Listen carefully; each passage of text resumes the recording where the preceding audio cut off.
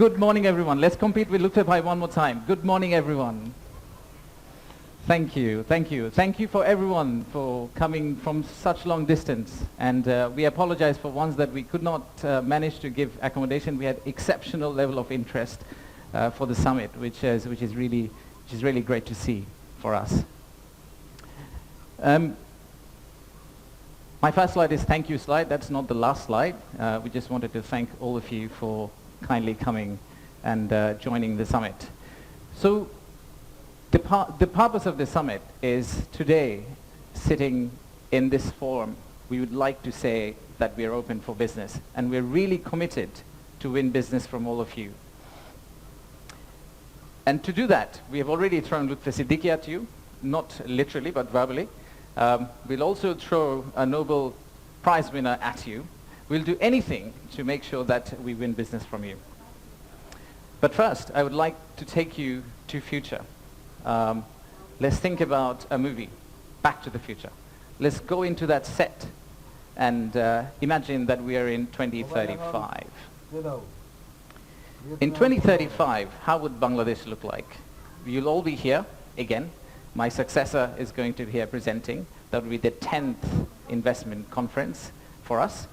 And in that conference, we will not be talking about a rising economy, but we'll be talking about a regional manufacturing, a country that's connecting east to the west, a bridge that connects Himalayas to Bay of Bengal, a manufacturing hub that is infested by global investors and local investors who are now exporting to the rest of the world.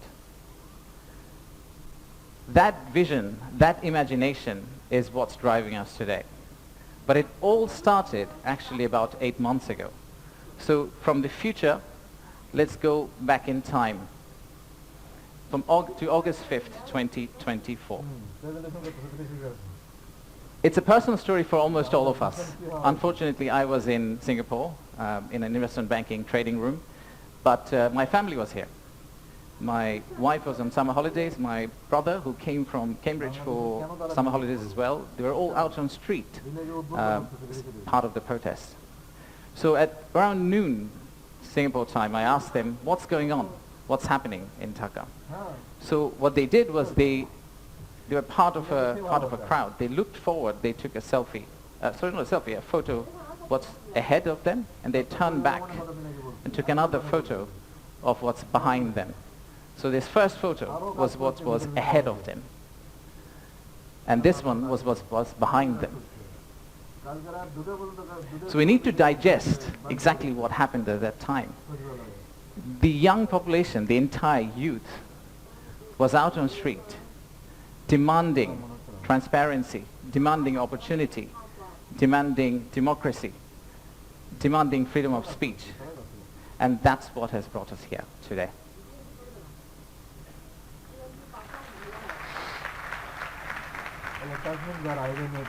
So today, the expectations are very high.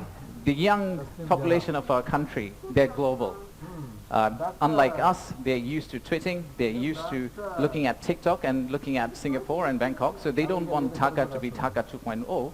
They actually want Dhaka to become Singapore and Bangkok in 5-10 years' time. So how do we get there? That's the expectation we have. How do we get to Singapore and Bangkok within 5-10 years? How do we unlock the energy that we got during the August Revolution?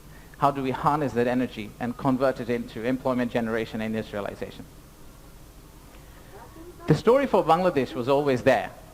A lot of you already know about it. We have 180 million domestic market. We have a young population. Almost half of it is less than 25 years old. The middle and affluent class is about 35 million people, which is as big as the Malaysian total population. We have many, many other factors that has led to where we are today. And actually, I must say that there are companies who have been here for more than 100 years and have made exceptional returns compared to the global markets. So if you look at some of these companies who have actually operated in Bangladesh for a long, long time, the returns they have got in Bangladesh is actually significantly higher than the global average.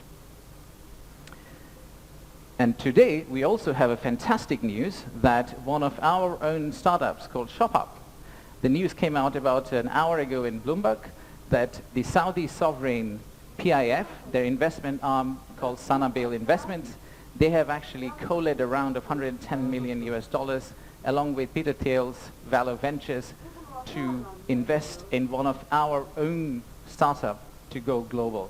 So let's give a big round of applause to ShopUp.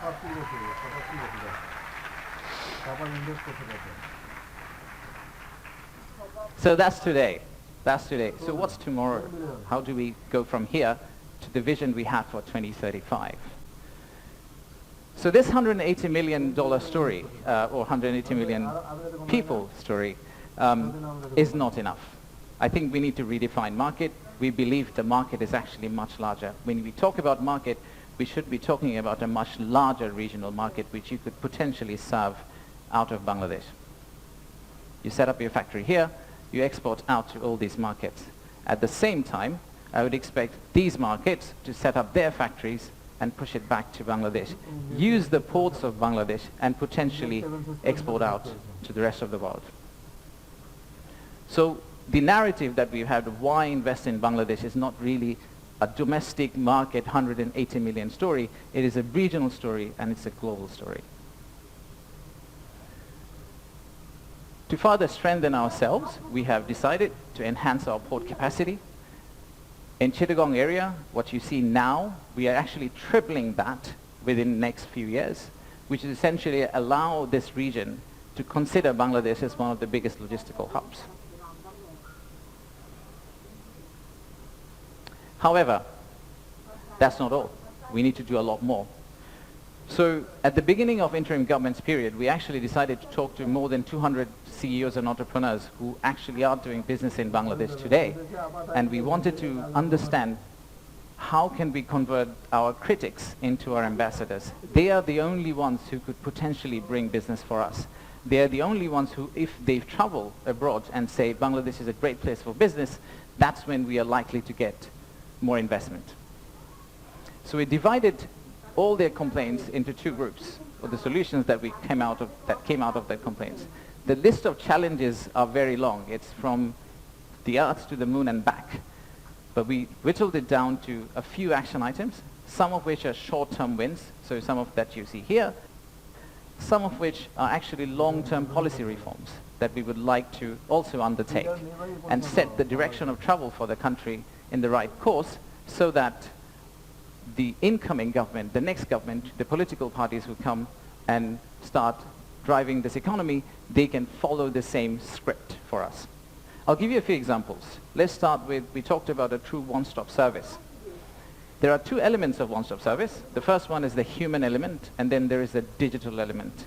In the human element piece, what we have decided to do is we are going to co-locate the primary agencies, the high touchpoint agencies for our investors in one location. So that instead of the investors walking around different ministries, and we have a lot of them in Bangladesh, they all come to one office and they end up meeting everyone. We've also decided, like banks, and I am from banking, I guess that helped, that we are going to set up a relationship management team under BIDA. What it would essentially do is, just like a corporate banking, relationship banking manager, he would hold hand of the investor and walk them around the landing process. Let's take another example. Our friends in National Board of Revenue helped us set up the authorized economic operator. It's essentially the green channel, or widely known as the green channel setup, where if you're a good customer, you are able to circumvent some of the custom checks and fast-track your process through the ports. That has been picked up as one of the biggest challenges that we have, the time it takes to go from your factory all the way to your customer. And finally, let me show you one more example of policy change. So as you all know, there are many government agencies. We also know there's private sector. The dialogue between private sector and government agencies has not necessarily always been the most collegial. So how do we break that apart? The first thing we need to do is to club the government agency into one. We need to show one face. We need to be one outfit for our customers, our investors. And then create a bridge between our private sector and the government of Bangladesh. So what we are planning to do is to set up a private sector advisory council that will actually counsel the head of state directly on a regular basis, essentially voicing the changes that they would want to drive the economy forward. So these are some of the examples of what we are planning to do. And if we are able to do that, we do believe that we will get to the end, the vision we have for 2035. Now, of course, there are many, many other factual reasons, statistics, tables, Excel files that I can share with you to tell you why you should invest in Bangladesh. In fact, the next slide will have a QR code which you can scan and download, which will have essentially this presentation. So you didn't have to take the photos of the presentation, by the way. You will have this presentation, and you will also have an appendix of facts and figures and why we think competitively we're actually in a very better place than our competitors. So please watch out for the QR code. But before I go there, I would really like to finish off with this. There are economic reasons to invest in Bangladesh, but I really don't want you to invest in Bangladesh for the economic reasons. If you really think about investing in Bangladesh, think about investing in Bangladesh because of the transformational journey you're going to be part of. For the odd mixture of warmth and resilience our people have, and our century-old culture paired with the shared values that we have with you. So I rest my case here. Thank you very much for coming, and enjoy the rest of the day. Thank you all.